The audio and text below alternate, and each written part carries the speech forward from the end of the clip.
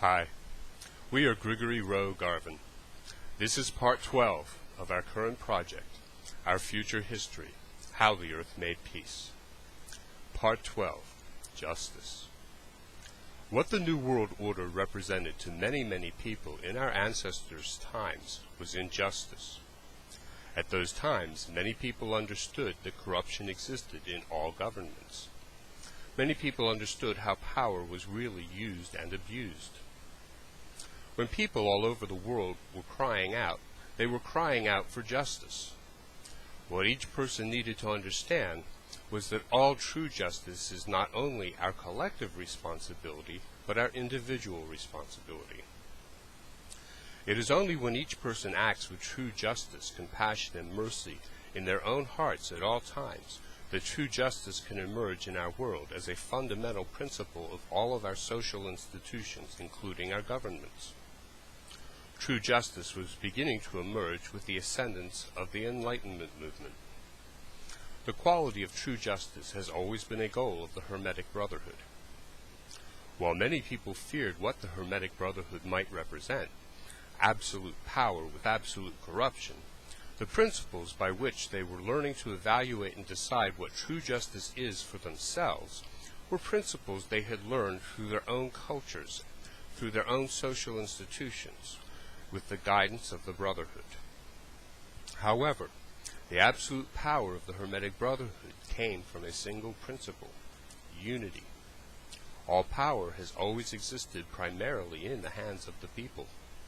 Governments, religions, universities, militaries, and any other large human institutions all hold their power by the will and support of the people. If our ancestors' leaders were as corrupt as they appeared to be, and if the Brotherhood was as powerful as they appeared to be, then it seemed to make sense to many people to believe that the Brotherhood were at the very heart of the very worst corruption in their own governments. When any social institution attempts to wrest control from the collective will of the people, they must do so with deceit. Deceit was therefore a well-honed skill of all people of power. Today, we know that all forms of authority are forms of deceit. Today, we know that each and every individual person must always hold the position of highest authority in the matters most pertinent to their own lives, according to their own definitions of what they consider to be most important. In our ancestors' time, their social institutions had evolved using physical aggression and domination as an acceptable way to achieve nearly any goals. Our ancestors were often told what they must believe. Our ancestors were coercively instructed in the official political truths they must uphold. Anyone who dissented risked severe punishments such as humiliation, disenfranchisement, poverty, ostracization, banishment, imprisonment, torture, murder, assassination, or execution. This was a very common state of affairs for some very long times in the times of our ancestors' ancestors. If someone tried to point out an injustice on the part of an authority system or one of their agents, the accused authority system had immense power to bring ruin to their accuser without seeming to take any overt actions against them. If subtle pressures were not enough to silence the dissenter in a mire of his growing personal sorrows being created for him to disrupt his outcries, then more overt methods of coercion were brought to bear. Dissident voices were silenced with more immediate fears. They were told that their families, friends, and associates would be killed if they did not retract their complaints. This sort of power was commonly wielded until the emergence of the information age changed the social and mimetic landscapes in ways that began to seriously threaten corruption with an emerging principle called transparency. Today, we know that fully transparent social institutions provide the maximum ability to ensure we are always serving all people with justice at all times. In our ancestors' times, concepts of transparent governments were only beginning to emerge. There was a great deal of resistance to the incursion of the entire world into secret matters of state. Many people loyal to the most elite power structures advocated government-controlled internet kill switches, justifying the necessity as a counterterrorism priority. This was nonsense, of course. The governments needed more control.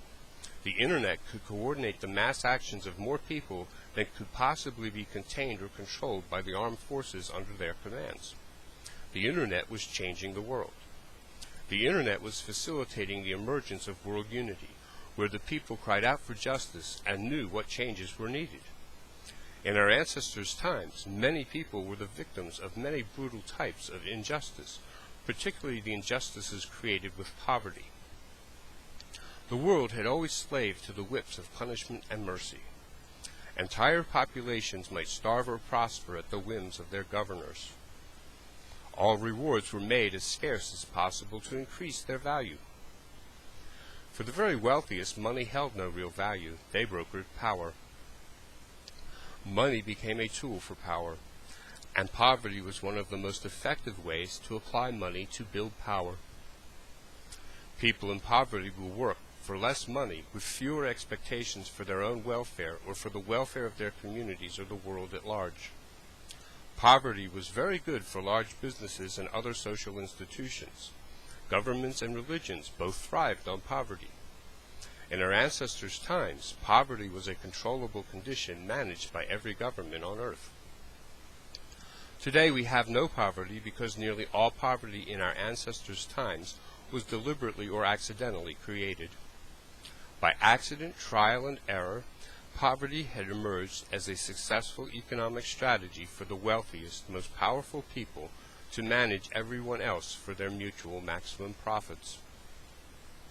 If they competed with each other, all costs of their competitions, including full-scale wars in battlefields, would be absorbed by their consumers in rising retail prices or through extortion, taxes, or tithes.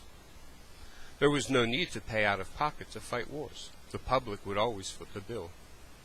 Consequently, all wars benefited the ruling elite of our ancestors' worlds economically, whether they were wars of economic suppression, mind control, or full-scale military engagements.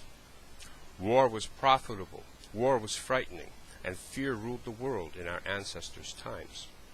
Today we have escaped the high costs of maintaining large military establishments. When our ancestors established transparency in all of their social systems as part of the emerging Enlightenment movement that was being nurtured by the interfaith movement, our ancestors established a world where true justice could be maintained in peace. All the energy absorbed by competition was free to rebuild the world to be stronger, safer, kinder, and more enduring, a fit place to nurture all of our highest human ideals and potentials, with no one left behind. Namaste.